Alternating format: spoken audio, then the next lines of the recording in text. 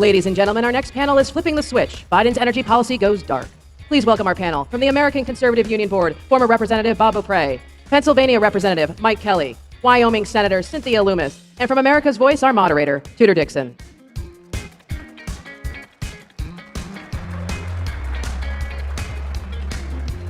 All right. Welcome to the most important panel you will see today, because as you know, everything in here is powered by energy, and energy is more important than you realize. Energy is probably something we all take for granted, but we just learned a couple weeks ago in Texas what a mistake it is to take advantage of our energy grid and how important it is to keep our energy grid safe. I want to talk about that to start this off. We want to make sure we get in as much as we can so that you understand what the future is and how this group of people will be helping to frame your future in the right way. But it is truly impossible to keep our country safe without safe energy. Senator Lummis, tell us about the importance of keeping this safe. Well, we saw this during Texas, where the wind turbines iced up, and people who had inadequate insulation in their homes had to deal with the problems of just keeping warm and having hot water. So it can be that essential. It can also go to the fact that so many of the things we're doing now, whether we're transitioning to electric cars or using more technology, it's all energy driven. So having affordable, redundant power is essential to keeping our economy strong and keeping our nation safe and secure. But now we're told that we have to have one form of energy or another. If you're listening to the Biden narrative, we have to get rid of emissions, and that means all coal and oil is wrong. But that's not how you feel, Congressman Kelly, is it? No, not at all. In fact, when you hear this mantra out there that we have to deal with all the above, and I said, let's not forget what's all below. We have great stores of energy right now. Our old standards now, we have more than we've ever realized before. Pennsylvania is called the Saudi Arabia of natural gas, and that's all because of Marcellus Shale. If you look at Marcellus Shale, you know below that is Utica, and below that is Rutherford, and that's what geologists tell us right now, but there's possibly more. And what has that made us? Not only energy independent, but the biggest exporter of energy in the world. And if you want to keep friends close to you, and you tell them you've got to separate, you've got to get away from some of these bad areas because they're going to take you down, and they'll say, that's fine, but we rely on them for our energy. What can you do about it? I said, we got the answer, and we'll get it to you right away. We build those strong global relationships. We have to have it if we're going to survive in this new world. But we're not only going to survive in this new world, we will be the leaders in this new energy world, and that's going to come from the party of innovation. Congressman Beauprez, tell us about this party and how we will reinvigorate energy and marry this green energy that we hear so much from the Democrats about. We can marry our energies together and be a world leader. See, that's the critical point. Mike and Cynthia just set the stage very well. It wasn't even a generation ago, and the thought of energy independence was like fantasy island. I mean, we could dream, but did anybody really think it was going to happen? And fracking technology, which that wasn't some government program, that was created by good entrepreneurs and smart scientists. And now the move to clean energy has become so critical, and everybody's bought into that. Everybody wants a clean environment. We're all part of that clean environment. Where is the solution coming from? I read just, I think this last week, Net Power out of North Carolina is where I think they're headquartered. They announced that they're going to build 4 zero-emission natural gas-powered electric generating stations. Zero-emission natural gas. Zero-emission natural gas. And now we've got a Biden administration telling us, no, you've got to get completely rid of those fossil fuels. That's absolute insanity, Tudor, at a time when we are blessed with an abundance of energy of all shapes and kinds. And this party, conservatives, are the entrepreneurs who will figure out how to use it safer, cleaner, wiser, so abundant, sustainable supplies of energy. Cynthia said it very well. That's what keeps an economy going. And if you pull the plug on some of that, you risk not only your energy supply, but the security of your very nation. Well, there's been a manipulation out of the Biden administration because they've come out and they've said, hey, we're not going to ban fracking, we're just going to ban new fracking. But new fracking is every 3 to 5 days, because once you have gone to one well, you move on. And so new fracking was done, all fracking was done 5 days after that statement was made. How dangerous is this administration for our energy grid? Oh, it's terribly dangerous because directional drilling is enhanced by hydraulic fracturing.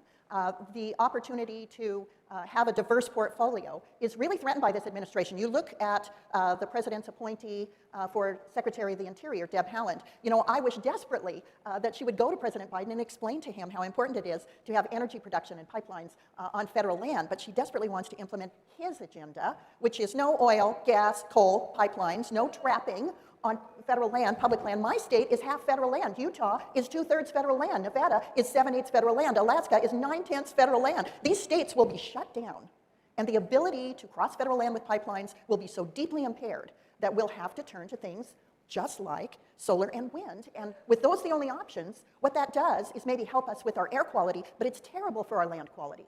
The pads to make these industrial scale wind farms takes our fragile topsoil and scrapes it off.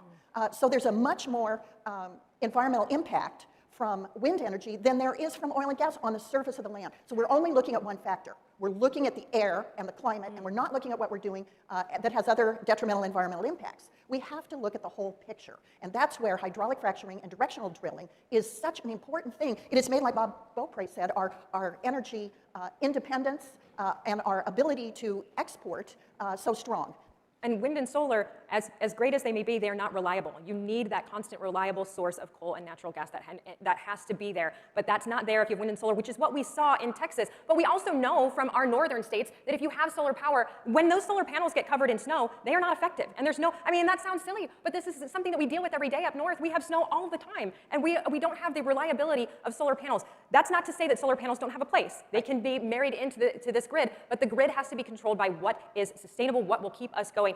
It's not just, though, that there is a danger of us not continuing, our energy stopping. There's also a concern about the finances of our people, because when we lose jobs, when we lose energy jobs, we have all kinds of things that hurt. Even our school systems are hurting from this. Can you explain this a little bit more? Well, I think people sometimes become confused between the government picking up the tab on things and the American people paying for it, because as we know, every single penny that runs our government, all these wonderful programs we have, are driven by taxes. And when we look at the loss of revenue, and look at this and say, okay, so how are we going to do this? So we turn away from our old standards. We turn away from our basic employment level. How are we going to replace those? 62% of what we generate in power today comes from the old standards that we've always done. How do you replace that? Listen, I have friends that think the greatest thing in the world are these windmills, that they think solar, oh, we've got to go with solar. I said, how are you going to replace what you're going to take out? And the idea, somehow, that we're just going to eliminate fracking on federal lands, that's not the answer. That's just fulfilling a promise that the President Biden made when he was running for office. But when it really comes down to what happens... He took back, and then he made again. Yeah, but you can't, it's a back and forth that takes place.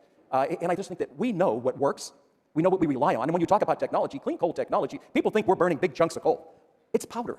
It's powder. We can control it. It's clean. And the idea that somehow it's not is just a foolish statement to make. But they rely on people not knowing what they don't know and putting a narrative out there. I will just tell you, where I'm from in Pennsylvania, it is incredible, the stores of energy we have right below the surface. It is going to be available for us for centuries, not decades, centuries. Why would we turn away from that type of an asset to follow a dream team? It just doesn't make sense. But if we do turn away from that kind of an asset,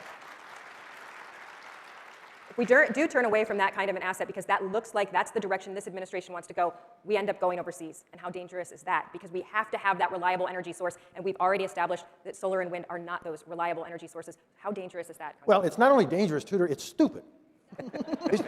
Well, it is. It's just flat stupid. Here we sit, as Mike just laid out, Cynthia's done the same thing. We are sitting on an abundant supply of energy that God has blessed this nation with. Now we have the technology to harvest that energy, safer, cleaner than humankind has ever been able to do in our existence. And by default, we want to put all that wonderful asset aside, that blessing aside, and say, well, we'll go down this other path and hope it all works out. I've got a wind turbine on my ranch back in Colorado. It works great. I'm happy to have it. But I always make sure I've got propane in the tank, too. Yeah. Because sometimes the wind doesn't blow. And that's what happened in Texas. We don't have to look very far. I'm afraid my state of Colorado, on this quest to be 100% renewable, some want to do it as quick as the end of this decade, by 2030. And we're going to wind up someday exactly where Texas found themselves. And not that you don't have energy most days, but on those critical days that you need it, you don't have what they call capacity energy. You don't have storage. You don't have food in your pantry when it really gets dire and you need it. It's just stupid economic planning to say we're not going to use the abundance that we've been given and the ability to harvest that abundance.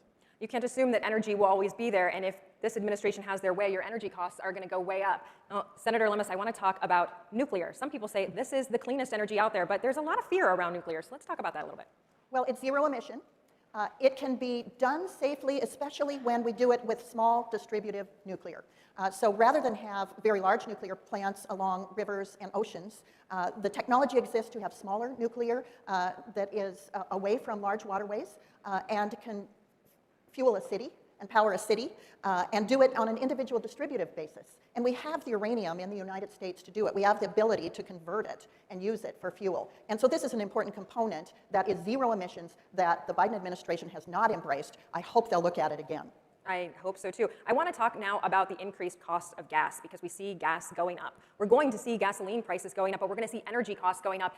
Who does it hurt the most when energy costs go up? Because it's not the upper class, and generally it's not really the middle class, but we know that our lowest class people are people that have the least amount of money. They all have to pay their energy costs. And our administration that's in right now doesn't seem to be thinking about the financial impact on our people that are hurting the most in the midst of a pandemic. So tell us, what exactly will be the impact if we go this route? You know, the people that always get hurt are low-income people. And this idea that somehow this is going to be an advantage for them as we go forward is absolutely ridiculous. The district that I come from, the average annual is about $70,000, right? So we have a lot of people, that's the average. There's a lot of people working in the 40s, 50s. That's where they're trying to raise a family on, right? Put a roof over their head, prepare for the future. We are going to put a heavier burden on them because these people don't walk out their front door, go down the sidewalk a couple blocks, and go to their job. Some of them drive 30, 40 miles one way to go to their job. How do you get there? Well, there's not public transportation that's available to everybody everywhere, and especially if you live in the rural areas.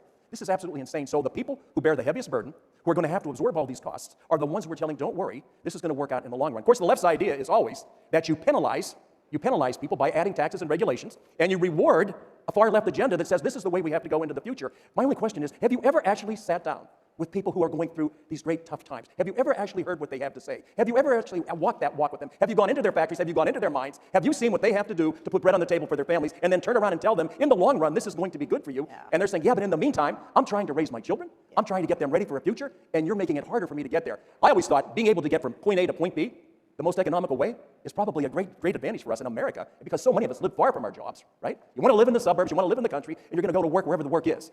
Why would we penalize the hardest working Americans with this foolish agenda and tell them that somehow this is going to work out in the future for them? They work. I will tell you, listen, some of you know I was an automobile dealer. I would sit down with people across the table, right? And we would be working on a car. When you want to purchase a car or not purchase a car. They always talk about one thing: how much a month? How much down? How much a month?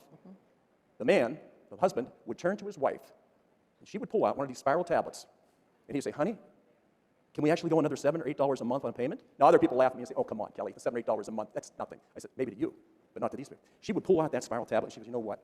We can do about $3 more per month on a car or truck payment. We can't go any higher than that. So our job was always to marry the product with what the needs were on something that made sense to them on a monthly budget. We were turning away from the people that need us the most are the people we're turning away from. I am so tired of addressing this dream team that has no idea what it's like to work 40 hours a week as a minimum. As a minimum. That's right. Our people are working harder than ever, and some of them aren't even allowed to go back to work. So I'm asking people, if you haven't been there, please don't tell them how they're supposed to live. They disconnected from us a long, long time ago. That's why you hear so many people saying that the Democrat Party left them. Listen, I'm Irish Catholic, right? If you were ever to go to a Thanksgiving dinner or after Mass, would go over to my grandmother Kelly's. Now, they had two pictures in the dining room, one of the Lord and the other of FDR, and they constantly got mixed up which one was really God. They were Irish Catholic, and they believed they were so blue-collar, that was navy blue-collar. My dad was the first Kelly to ever wear a white shirt to work. He was a parts picker in a Chevrolet warehouse before the war, came back from the war, and got to actually go on the road for Chevrolet selling parts. And when you talk to the blue-collar people, we are the party of the blue-collar worker. That's right. We are the only hope they have. So, Republicans, we may be red on the inside and red in our policies, but we are so much for the average, everyday, hardworking man and woman that lives in America right now. Yep. Absolutely, but there are also ways, when you hear us talking about the cost of energy rising, don't believe that that means that if you go toward cleaner sources that our energy costs have to be higher, because there are innovators, as you've talked about, that know how to marry our energies together and still keep our costs low for the American people. Let's talk about that a little bit. Well, when you take choices out of an economy, whatever they might be, I mean, if they're cars, if they're cattle, like I dealt in for a lot of my life, buffalo, which I do now, if you limit the choice of the buying public to one kind, one source, it's going to drive prices up because you eliminated competition out of the marketplace. That's the beauty of a free market economy, which Joe Biden and Kamala Harris seem to have a real problem with. And I think the biggest problem they have is they've never been there and done that. They have no understanding, no basis of understanding how an economy works. Look, I've put it this way before, and I think it's a fairly simple choice. Do you trust in people, the goodness, the genius, the creativity of people, or do you trust in government? And you know, those of us in this room, I think the answer is probably pretty obvious. We trust in the genius of especially American people and American entrepreneurship. When the challenge showed up, what, a generation or thereabouts ago, that we wanted to clean up our environment, we needed cleaner energy, the marketplace took care of that. I just mentioned zero emissions, natural gas, fossil fuel power plant. Now, who would have thought that was possible? It's possible. Our clean coal technology today is absolutely remarkable. We can use nuclear safely and as clean as possible. Unleash the genius of the American people, the American entrepreneurs and scientists, and then let the American public, oops, almost, let the American public figure out what choice is best for them. Economies expand, jobs are created, opportunity is seized when you begin with clean, affordable, sustainable supplies of energy. And everything the Biden administration is doing right now is in absolute opposition to accomplishing that goal. Absolutely. I will tell you, before I came into this political world, I spent my life in a steel foundry, working hard right next to all the people that were melting steel, grinding steel, heat treating steel, and I saw the transformation in that industry, the transformation of making steel in a clean way, making sure that our factories are the cleanest factories in the world. And today, when I read the Green New Deal, I see mandates that go out that shut down factories that I worked in, that shut down factories that I sold to, that shut down the factories that make our farm equipment, that make our construction equipment, that make our roads safe to drive on, that make our food safe to eat. All of these things happen in American factories that are held to the highest environmental standards in the world. If the Green New Deal goes through, all of our factories go to China. And there are no regulations in China. There is nothing close to what we do here in the United States. And if our factories go to China, what is the point of the Green New Deal? Yeah. There is no point to the Green New Deal. The United States will lead the world in clean energy, in clean manufacturing, in a clean environment. The United States will be the leaders, and these people will be helping us get there. Thank you so much. Thank you, Tudor. Thank you. Yeah, and let's remember, the greatest energy in America is right here, right now.